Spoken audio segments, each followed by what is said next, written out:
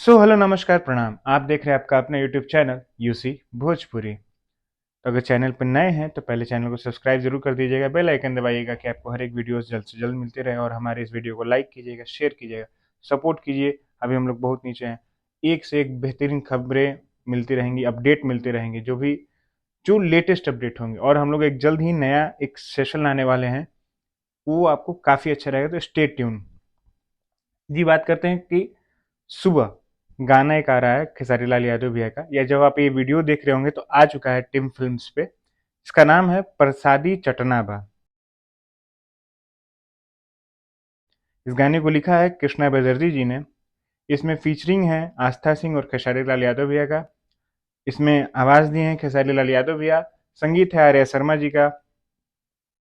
तो गाना जाके देखिएगा ज़रूर, टिम फिल्म्स पे, प्रसादी चटनाबा। और दूसरी अपडेट जो है पवन भैया की देवी गीत को लेकर, शूटिंग स्टार्ट हो चुकी है, गाने की रिकॉर्डिंग भी चल रही है।